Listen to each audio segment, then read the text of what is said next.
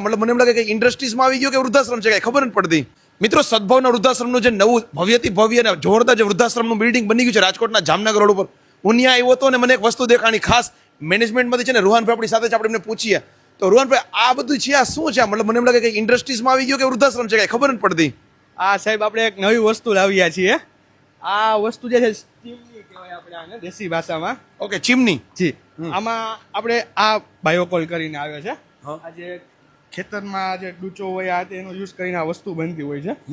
આમાં નાખીને આને ખાલી આગ દેવાની રહે છે આપણે, અને ધીમે ધીમે ટેમ્પરેચર મેન્ટેન થઈને અને ગેસ બંને બધું આમાંથી જ ચાલે છે।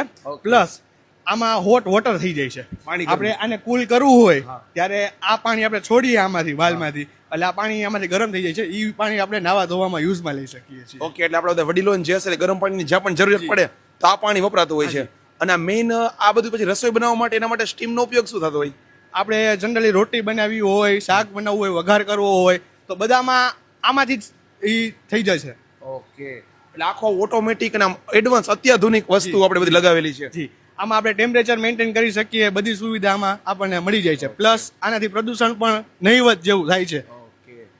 મિત્રો તમે જોયું, મતલબ ટેકનોલોજી તમે જોવો આપણા વૃદ્ધાશ્રમમાં કયા લેવલની ટેકનોલોજીનો યુઝ થયો છે। સદભાવના વૃદ્ધાશ્રમ કે જેનું હંમેશાથી એક જ સૂત્ર રહ્યું છે કે અમારે માવતર જોઈએ છે। હું તમને કહું કે તમને આ જો વિડીયો સારો લાગ્યો હોય ને તો ફોલોનું જે બટન દેખાય છે ને ફોલો ઉપર ક્લિક કરીને પેજને ફોલો કરી લો। તમે આ પેજને ફોલો કરશો, આપણો વિડીયો તમારા ફ્રેન્ડ ફેમિલી ગ્રુપના બધા લોકો સાથે શેર કરશો ને તો કદાચ કોઈક એવા વડીલ સુધી આ વિડીયો પહોંચશે કે જેને છે ને રિયલમાં આ વસ્તુની જરૂરિયાત છે, તમને આંગળી ચીંધ્યાનું પુણ્ય મળશે અને ખાસ સદભાવનાના બધા કાર્યને પણ વેગ મળશે।